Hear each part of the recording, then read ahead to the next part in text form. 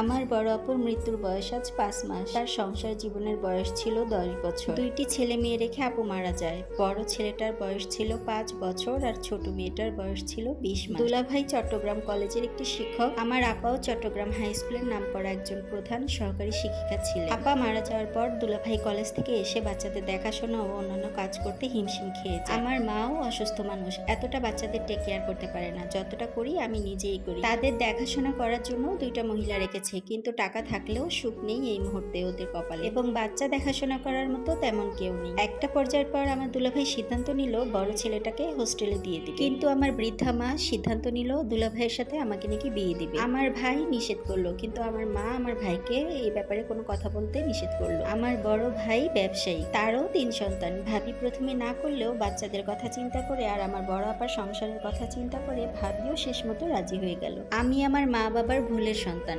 আমি আমার মা বাবার বৃদ্ধ বয়সে ভুলের সন্তান হিসেবে চলে আসি। আমাকে দুনিয়ার আলো দেখিয়েছেন। আমার বড় ভাইয়ের বিয়ের 9 মাস পর আমি এই দুনিয়াতে আসি। আমি দুনিয়াতে আসার পর আমার মা আরো বেশি অসুস্থ হয়ে যান। আমার বয়স যখন 6 বছর তখন আমার বাবা মারা যান। এরপর থেকে আমি আমার মায়ের সঙ্গী। আমার মায়ের শারীরিক অসুস্থতার কারণে আমার মাকে একটু বেশি বৃদ্ধ দেখা যায়। আমার আপু আমাকে খুব আদর করতো। আমার আপুই আমার পড়াশোনার সকল খরচ চালাতো। যদিও আমার মা ভাইয়ের দেওয়ার মতো অ্যাবিলিটি ছিল, তারপরও আমার আপু খুশি মনে আমার পড়াশোনার খরচটা চালাতো। মা নিতে না চাইলে আপু খুব রাগারাগি করতো। আমি আপুর অনেক আদরের বোন ছিলাম। আপু থাকাকালীন অবস্থাতেই আমি আপুর স্কুল থেকে ম্যাট্রিক পাশ করি। এরপর দুলাভাইয়ের কলেজে আমাকে আপু নিজেই ভর্তি করে। এখন ইন্টারে পড়ি, কিন্তু দুলাভাইয়ের সাথে আমার বিয়ের কথা শুনে আমি তো সবার সাথে রেগে গেলাম। কি বলে এরা, দুলাভাই আমার থেকে বয়সে কত বড়, আমি তো একেবারে কান্নাটানা করি। আমার আম্মা আমাকে বুঝিয়ে বলে এগুলো আমাদের চট্টগ্রামে অহরহ হয়। 60 বছরের বুড়া 15 বছরের মেয়েকেও বিয়ে করে আমাদের চট্টগ্রাম। আমার মা আমাকে বলে দেখ আমার নাতি নাতনিগুলো মা পাবে, আর আমার সেই বয়স নেই যে এখন এই বয়সে এসে আমি নাতনি নাতনি পালতে পারবো। আর যদিও তাদের কাজের মানুষের কাছে রাখি, তারা কি সেই মায়ের ভালোবাসা আদরটা পাবে? আমার আর কোনো দিক খুঁজে পাচ্ছি না।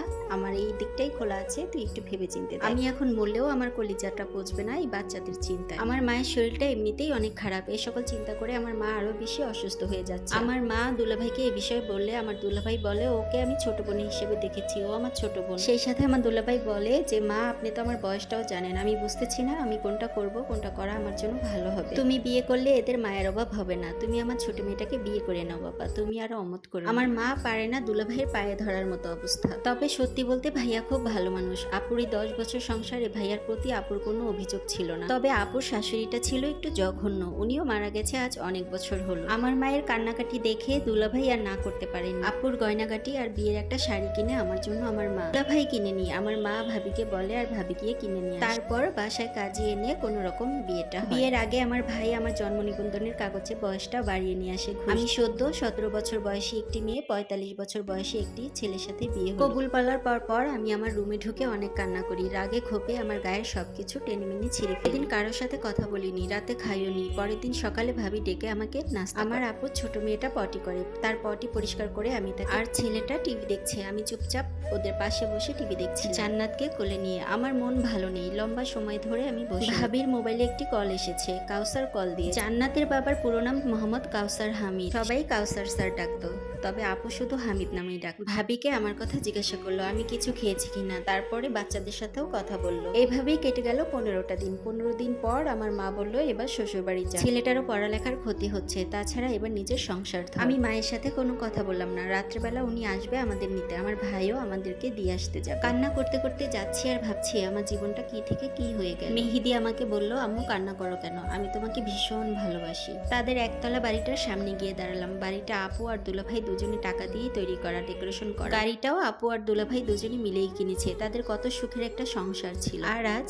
আপু নেই, আপুর জায়গায় আমি। ঘরে গিয়ে জান্নাতকে শুয়ে দিলাম। জান্নাত গাড়ির মধ্যেই ঘুমিয়ে। ভাই আমাদের দিয়ে চলে গেল। মেহেদি ওর বাবার সাথে ঘুমালো আর আমি জান্নাতকে নিয়ে ঘুমালাম। আমাকে বিয়ে করে বাসায় আনার পর থেকে সবাই দেখতে আসতো, বাচ্চা দুটোকে আদর করে যেত, আমাকে বলতো নিজের সন্তানের মতো যেন মানুষ করি। কাউসার হামিদের যত আত্মীয় স্বজন ছিল সবাই আসতো। আমি যতটা পারতাম তাদের সবাইকে মেহমানদারি করতাম। একা হাতে মেহমানদের জন্য রান্না করা, বাচ্চাদের দেখাশোনা করা, সবকিছু মিলে হাঁপিয়ে যেতাম আমি। বাসায় যদিও সাহায্যকারী ছিল, তারপরও আমার নিজের হাতে কাজ করতে হতো। উনি সারাদিন কলেজ করে এসে তারপরে আবার কলেজের ছেলে মেয়েদের বাসায় প্রাইভেট পড়াতো। এরপর বাজার করতে যেত। বাসায় তেমন একটা কথা বলতো না, গম্ভীর টাইপের ছিল। ওনার সাথে যান্ত্রিক জীবন শুরু হয়ে গিয়েছিল আমার। রাত 7টায় বাসায় আসতে, এরপর গোসল করে বাচ্চাদের সাথে একটু কথা বলে খাওয়া দাওয়া করে তারপর ঘুমিয়ে পড়তেন। প্রতিদিন বের হওয়ার সময় শুধু এতটুকুই জিজ্ঞেস করতেন বাজার সদাই সদাই কি লাগবে না লাগবে শুধু এতটুকুই। প্রতিদিন যাওয়ার সময় টেবিলের উপর 100 টাকা করে রেখে যেত, কারণ মেহেদি বায়না করতো মেহেদিকে স্কুল থেকে আনার সময় তাকে এটা ওটা কিনে দিত। এভাবেই কেটে যায় বিবাহের আরো 15টি দিন। আমার মা,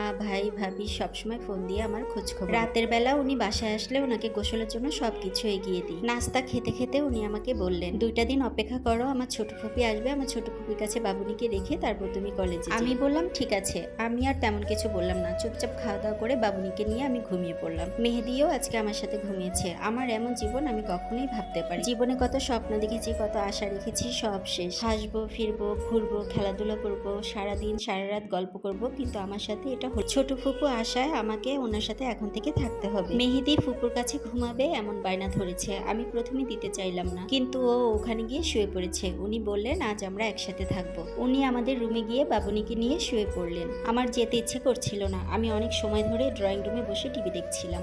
রাত প্রায় 2টা। ছোট ফুপি আমাকে দেখে চমকে গেলেন, জিজ্ঞাসা করলেন আমি এত রাতে এখানে বসে কি করছি। আমি বললাম মাত্র এসে বসেছি, কিছু লাগবে ফুপু? ফুপি আমাকে বলল না, তাহাজ্জুদ পড়তে উঠে। ফুপি আমাকে ধমক দিয়ে বলল যা রুমে গিয়ে ঘুমা গিয়ে। আমি পা টিপে টিপে রুমে গেলাম। বাবুনিকে মাঝখানে রেখে আমি সাইডে শুয়ে পড়েছি। চোখটা প্রায় লেগে এসেছে, তখনই বাবুনির গায়ের উপর দিয়ে আমাকে উনি জড়িয়ে ধরলেন। আমি আস্তে করে হাতটা সরিয়ে দিলাম। আমি আরেকটু সাইড হয়ে ঘুমিয়ে পড়েছি। হঠাৎই আবার ঘুম ভেঙে অনুভব করলাম আমার শরীরে কারো হাত। আমাকে উনি আবারও জড়িয়ে ধরেছেন। বাবুনিও মাঝখানে নেই। ওনাকে বললাম আজ না। ওনাকে এই কথা বলার সাথে সাথে উনি আরো শক্ত করে জড়িয়ে ধরলেন। সেই রাতে ওনার সাথে আমার কাছাকাছি আসা হলো। শুধু এতটুকুই মনে হয়েছে সম্পর্ক তো পশু পাখিরাও করে, এখানে কোনো ভালোবাসা খুঁজে পেলাম না আমি। সে রাতে ঘুম হয়নি আমার, শুধু আফসোস হয়েছে আমার জীবনে। আর আজকের এই গল্পটি তানিয়া নামের একটি আপু আমাকে লিখে পাঠিয়েছে। আপুটির জন্য অনেক বেশি খারাপ লাগলো, আর আপুটির জন্য অনেক বেশি দোয়া আর ভালোবাসা রইলো। কি করবে বোন, মেয়ে হয়ে জন্মালে একটু তো কষ্ট সহ্য করতেই হবে। তো আজকের ভিডিও আমার এই পর্যন্তই। আর আমার ভিডিওগুলো যদি আপনাদের ভালো লেগে থাকে, আপনারা যদি এরকম রেগুলার অনেক অনেক গল্প কাহিনী শুনতে চান, তাহলে অবশ্যই আমার পেজে এবং আমার ইউটিউব চ্যানেলে লাইক দিয়ে পাশে থাকবেন। সবাই অনেক বেশি ভালো থাকবেন। আল্লাহ হাফেজ।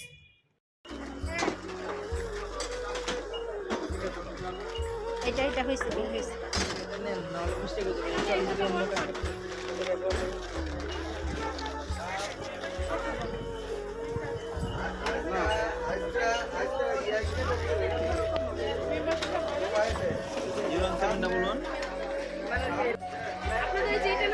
হ্যাঁ, আগের একটা বাচ্চা।